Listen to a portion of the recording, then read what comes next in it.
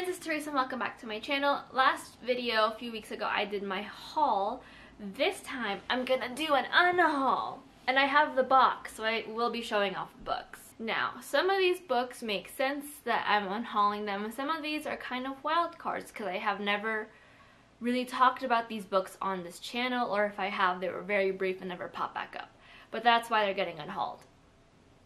I look at the books and I don't really feel much for them, or I feel some weird abhorrence to the book, so they gotta go. But I do have quite a few books on this list. Well, not as much as my haul, but it's still a fair amount because I had to like go through this and like really gut it. I still haven't gutted this entire shelf. Like I think one day I'll be gutting it with like a harsh gut, but as of right now, this is it. But let's just kind of get into it because I do have a few books on this list and I would like to get through them in a decent amount of time. First book is one of my disappointed reads of 2023, so it's really no surprise that it ended up on this list, and that is The Last Tale of the Flower Bride by Roshani Chokshi. This is an adult graphic novel. It's an adult gothic novel following a young bridegroom, an unnamed bridegroom, who has fallen in love with Indigo Castañeda, Maxwell Castañeda, and she is very mysterious, very avant-garde, and the only reason why their marriage works is because she made him promise to her a long time ago before they got married that he would never ask about her past. That all comes crumbling down when her mysterious aunt is dying, and the two of them are forced back into her childhood home, the House of Dreams. I don't even remember what I gave this book. Maybe it was a 1, maybe it was a 2. I think it's safe to say that I am not the biggest fan of Roshani Chokshi's writing. I think it just does not fit me very well. I had high hopes for this book. I love gothic novels, as y'all know. I love them. I get great enjoyment out of gothic novels. I think they're fun, they're creepy, and just the right kind of like crawly that just really sits with my personality. I don't know if that made any sense. But this one I feel like tried too hard, but then also didn't try enough. I enjoyed certain parts of it. There were definitely parts that were whimsical and it felt like that it felt just right with what I needed, but then other parts were like she was trying too hard to make it seem like a gothic novel. It definitely hit the nail with the hammer a little too on the nose, if that makes sense. Like it didn't leave a lot of room for like your imagination or like the symbolism behind everything. I feel like it was very like on the nose kind of thing. And when I finished the book, about 5 minutes after, I had started forgetting a lot of the plot, a lot of the characters, a lot of the motivations, just a lot of it. So I will not be reading. I don't want this on my shelves. I think there are better gothic novels out there. Certainly ones that I vibe with a little better and will vibe with a lot better. So this will find a new home elsewhere, but it is not within my shelves. The next one is actually a trilogy, and I read this my freshman year of college because the last book was coming out and my friends were like, you have to read it. And that is the Evolution of Mara Dyer trilogy by Michelle Hodkins. This is like peak 2020. There's dust on it. I haven't touched it in so long. This is like peak 2010 YA. It's a YA, I guess, like mystery kind of situation. Mara Dyer is moving schools after an accident that resulted in her friend's death and I think her brother's death or her boyfriend's death. And you know, it was fun for the moment. I still do really enjoy Noah as a bad boy character. Like I reflect I reflect back on Noah being the highlight of this trilogy, but at the end of it, there's dust flying everywhere with this book. I have not touched this book since I finished it. I have no interest in reading this book series again. The first 2 books were really good. I can like I have some memorable things about the first 2 books that I can like really look back on and enjoy. The 3rd book I feel like ruined the entire trilogy for me, especially that weird sex scene that wasn't a sex scene but was supposed to be a sex scene. I don't know. But I don't look back at these books and remember any like stark memories or stark emotions. I have no feeling to reread the trilogy anytime soon, and I've bought this it's almost been a decade, roughly a decade since I read the trilogy. Like I read the trilogy my freshman year of college, like fall semester in 2014. It is now 2024. It's crazy to think. But I have no want to read the books again, so hopefully someone who is in their 2010 era of reading YA books will find this book and enjoy it. It's not for me. The next one hurts me because it is another gothic novel that I really wanted to enjoy, like some kind of painfully. I read this my sophomore year of high school. I reread this in college. I reread this as an adult. And the book, I just think my brain doesn't brain very well with, like my brain doesn't brain well with the book. Like it just does not mesh because I always seem to manage to lose my place, misunderstand the book. So maybe down the line when Therese is more mature and older, like in her 30s, I will go ahead and read the book. I mean, I'm almost 2 years to being 30, neither here nor there. But I think then I might enjoy the book, but right now I just don't need it on my shelves reminding me of the absolute time that I have wasted trying to love this book. And that is Wuthering Heights by Emily Bronte. This is like a gothic love story between Catherine and Heathcliff. It spans from when they were children to adults, and there's some ghosty goo going on here. There's like some generational stuff happening. Again, I read this my sophomore year of high school because I was like, I need to read more classics because I'm a literature girly like that. Did not like it, or couldn't really get into it. Read it my senior year of high school for one of my senior classes, like my AP literature classes. Also could not vibe with it. I think I tried again in college, and then I tried again as an adult out of the academic life, because like, you know, like I enjoy Shakespeare now that I am out of the academic sphere. Did not enjoy it all throughout like high school and college, but I enjoy Shakespeare now as an adult away from the academic scholarly aspect of Shakespeare. So I was like, maybe I'll enjoy it as an adult out of the academic scholarly life of reading literature. Did not like it. So I think I'm just gonna have to cut my losses with this gothic novel and just say, you know what, brain doesn't brain well with this, and that's okay. The next one is one that I started reading at the beginning of my booktube career, and that is Everything Everything by Nicola Yoon. This is a YA contemporary novel following a young girl, I believe, if I'm remembering this correctly, yeah. A young girl who has a very rare disease where she cannot really go outside or else she will quite literally die. She's allergic to everything. That is until one day she meets a young man who kind of shakes things up for her. It makes her want to experience the world outside and try to find ways to live outside of this quite literal bubble that she is in. I enjoyed it when I read it back in the day. I have very fond memories of this book, so it's not like a matter of like, oh my god, I hated it, oh my god, I remember absolutely nothing of this book. But I just have no desire to pick it back up again. I have no desire to reread it. When I look at it, I go, oh yeah, that was a really good book, and then that's about as far as my thoughts go. So, it'll find a new home. They always all do. And there's also dust everywhere because of it.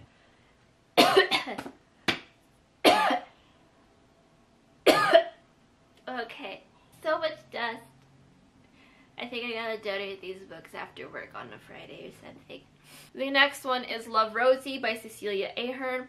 This is an adult contemporary romance following these two best friends, Rosie and what's the name, and Alex, who have known each other since they were little itty bitty babies and have grown up together. They have always just kind of missed each other romantically, and it just kind of chronicles their relationship as it evolves from friendship to maybe something more, to animosity, to maybe more friendship, to maybe something more.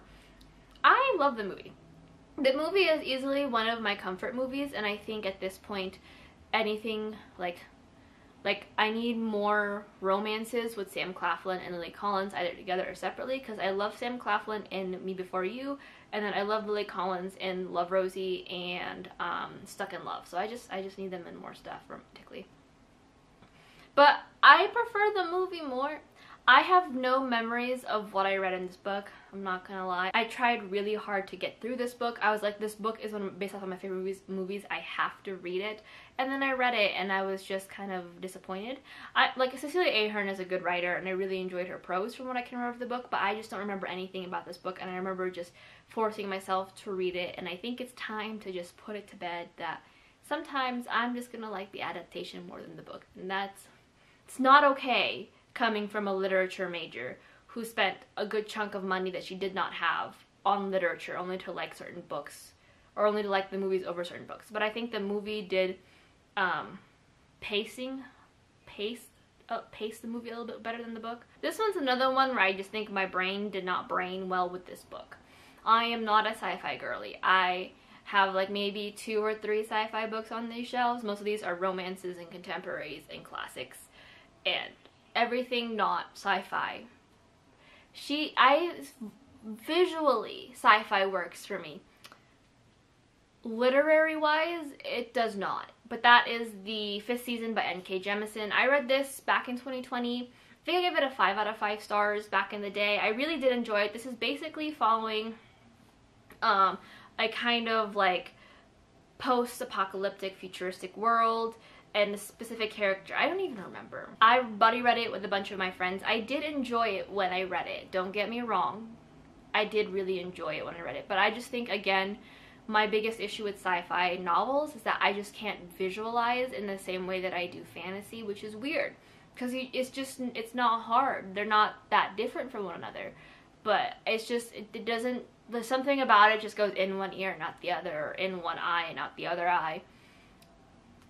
I wanted really badly to finish the trilogy. I've heard amazing things about the trilogy, but every time I looked at it, I just had no oomph, no desire to pick it up, reread it, and then continue forward.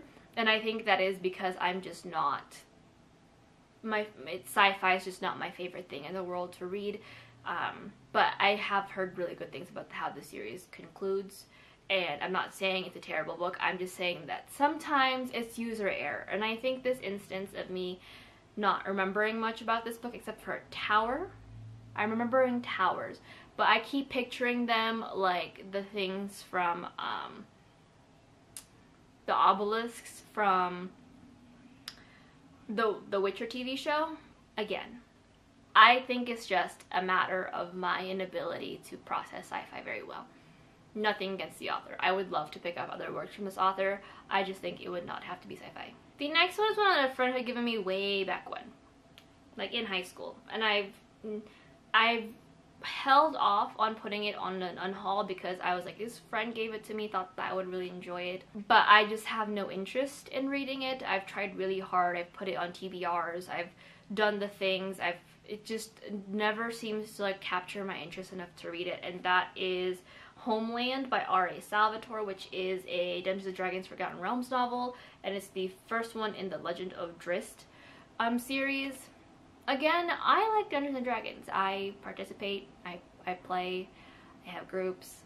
So it's nothing against like my lack of knowledge or care. I just have no interest in this particular novel. I think had I received this book much later in life, when my interest was not just solely vampires and mermaids and witches, I probably would have read through this book and loved it. But even now, as I'm older, I just have no intrigue in picking it up. So I would rather this book find a new home than it sit on my shelves with me sitting here going, I'm gonna read it, I'm gonna do it. I have no idea what this is even about. Like, I feel like I've tried to commit it to memory so I could get interested in it, and it's just never happened. And it's just quite literally collecting dust. The next one is a book that I was kind of excited to read, and then, like, I bought it on the basis thinking that it was non-fiction, but it is fiction. And that is, or I guess, historical. I don't even know. But this is Alexander the Great, a novel by Nikos Kazantzakis, and translated by Theodora Vasils. This is basically like a novelization of Alexander the Great's life. And it pulls, according to the back, it pulls in from Greek legend and documented manuscripts about Alexander the Great. I was interested in reading this book. I wanted to read it. I want to learn more about Alexander the Great, but I don't think a good place for me to start would be a novelization of of Alexander the Great. I would have rather preferred to have read a literal history book where I could have like gotten a basis for some of the information before moving into an actual novelization. So very intrigued by this book still, but again, I have had it on these shelves since probably 2019 and I have not picked it up, and I have no plans on picking it up in the near future. Alright, the next one is another one that I have tried really hard to like, and that is Devil in the White City by Erik Larson.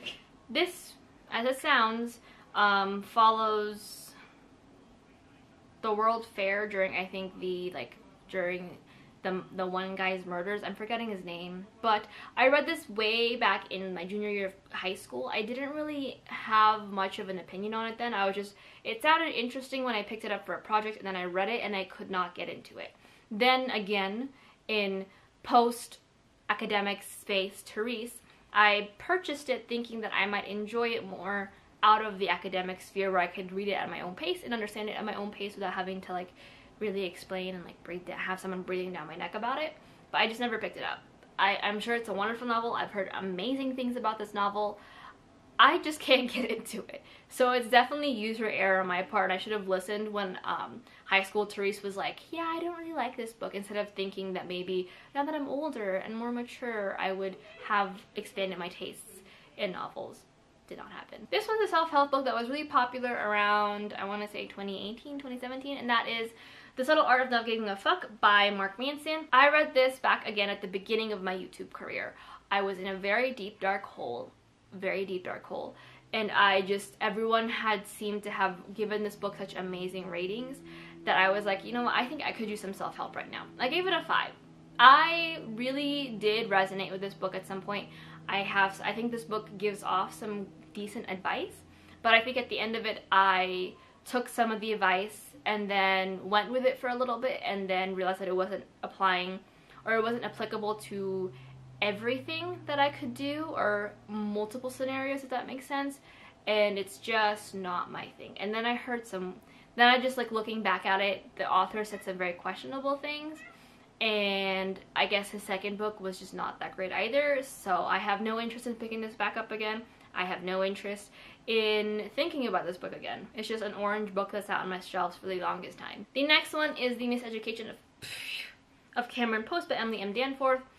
This is my first Emily M. Danforth novel. This follows a young girl named Cameron Post whose parents have suddenly died in a car crash, and she, after coming out, has been sent to a gay conversion camp. I gave this a 3 out of 5 stars. I think I enjoyed reading the book, but I don't think I'm the target audience when it comes to Emily, this specific novel.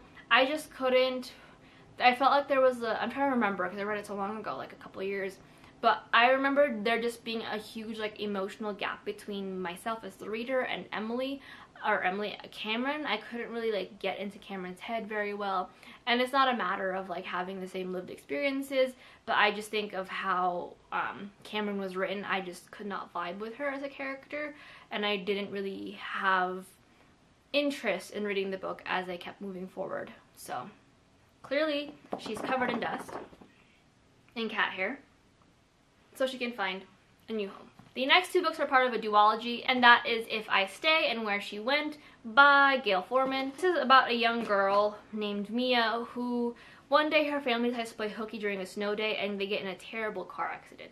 Now, her entire family, I think, save for her little brother, or even her little brother, was killed, and she is the only one left in this thing, and she's stuck in a coma, and it's just her reliving her life and her boyfriend trying to support her and potentially coming back and, you know, in this world where everything has been turned upside down. I really enjoyed this duology. I think this duology I really enjoyed it. It's like very, again, 2010s era of YA, but I think this duology was really well written. I think it could have been just a standalone and we didn't really need the sequel, Where She Went. But I really enjoyed it and I have really good memories about it. I really enjoyed the movie adaptation of it, but again, I just think I've outgrown the books and I have no interest in rereading them anytime soon. I have no like want or need or urge to pick them back up and like relive my emotions as I read through the book. And most of the time I feel more compelled to pick up the movie and rewatch that and feel those emotions through there. Not so much the book. But I have nothing bad to say about these books at all. They're very fun, they're very sad, they're very emotional. Highly recommend them if you are in the 2010 era mood of reading.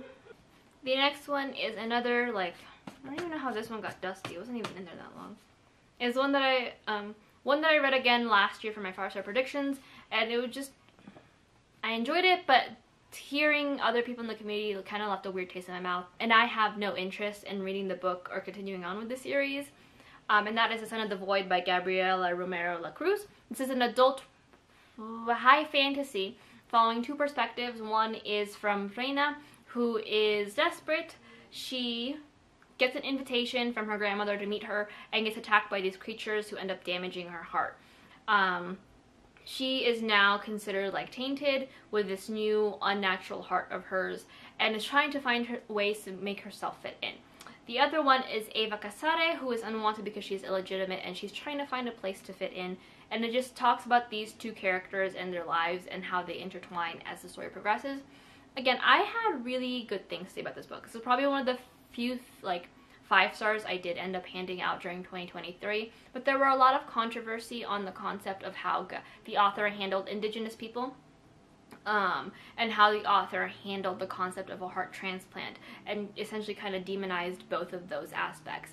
And because I sat down and really like thought to myself about what I wanted out of a novel and what I wanted to really present when I talk about novels, I didn't want to push a novel forward that could potentially hurt the Indigenous community should they decide to read it, or the transplant community, considering it's a lot of trauma to go through to get a brand new heart, have the fear of it being rejected, and just kind of all the cosmetic things that go with it. And it just felt weird looking back at it.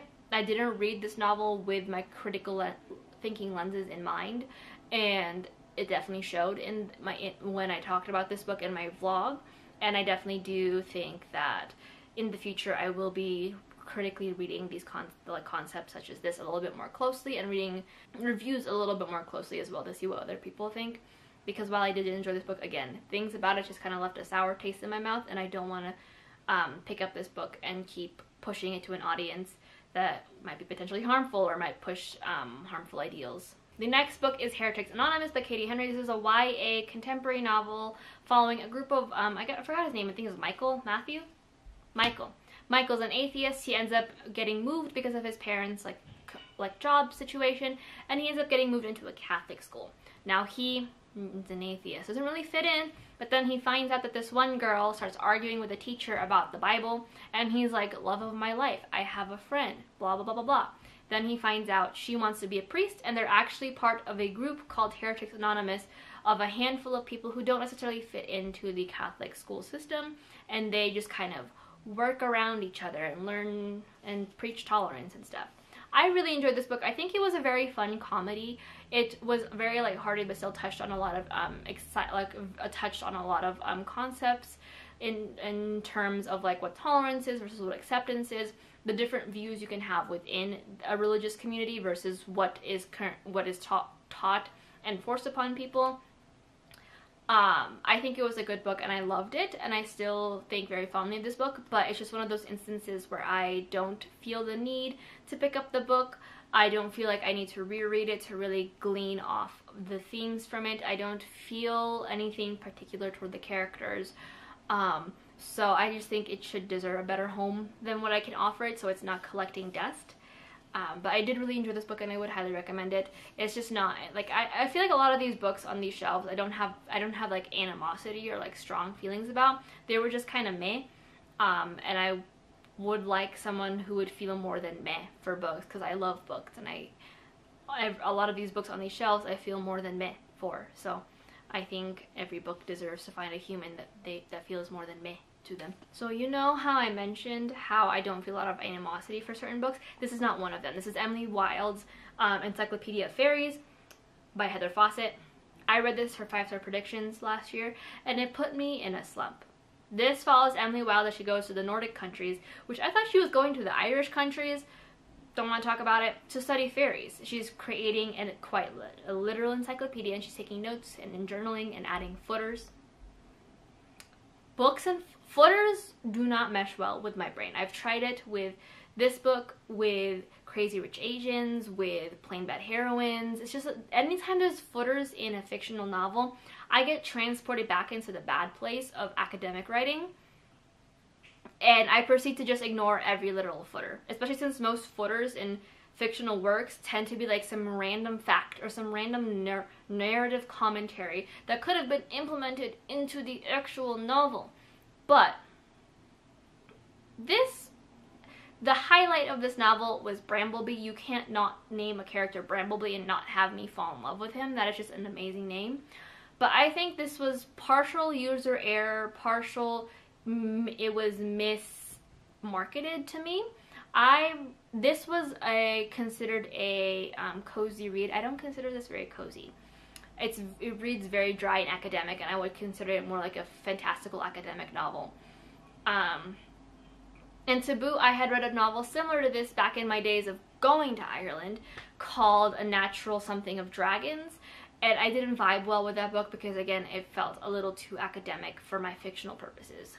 I like escapism. I don't want to read footers. I also felt like, which I'm sure I touched on in my wrap-ups or my reviews or my vlog, but because this is a journal and it follows her in the past, if that makes sense, I feel like it took out a lot of the stakes that we had for Emily and her companions. It would be like, she'd be writing about how things were falling apart and they were getting attacked by a fairy. But you'd know, since there's still 300 pages left in the book. It's not 300 pages. It's 300 pages. There's about 300, like another 100 pages left in the book, that it's going to be okay. That they're going to have figured out what was wrong and how to fix it because of how the book is paced out.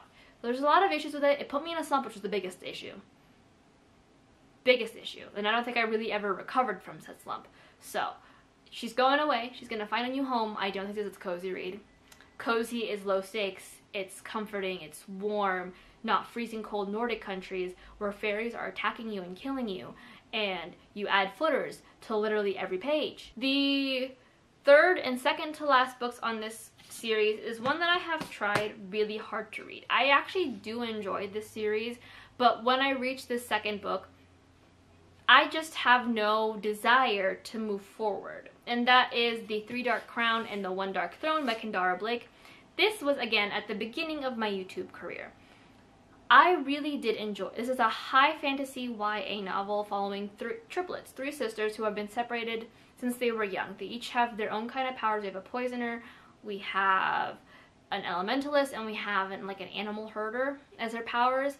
And when they reach 18, they have to compete for the throne and have to fight for the throne. And kill the other two to ascend. And the cycle repeats. This follows this generations of three sisters. And again, I really did enjoy this book. I loved the first two books. I felt like that the romance was just, I felt like there was a lot that you could do with this series. But when I finished the second book, I would put it down. I have these two books committed to memory at this point. I've reread it so much. But whenever I put the second book, I would put it down with the plans of picking up the third, and then picking up the third just never happened. And I don't have anything bad to say about the books. I think they're written very well. They're very imaginative. It's a very novel idea with how the world is figured out. At least novel when I read it. But I just think that I have no interest in furthering on with this series. I've tried really hard, and I do vibe with these books very well. This is right up my alley.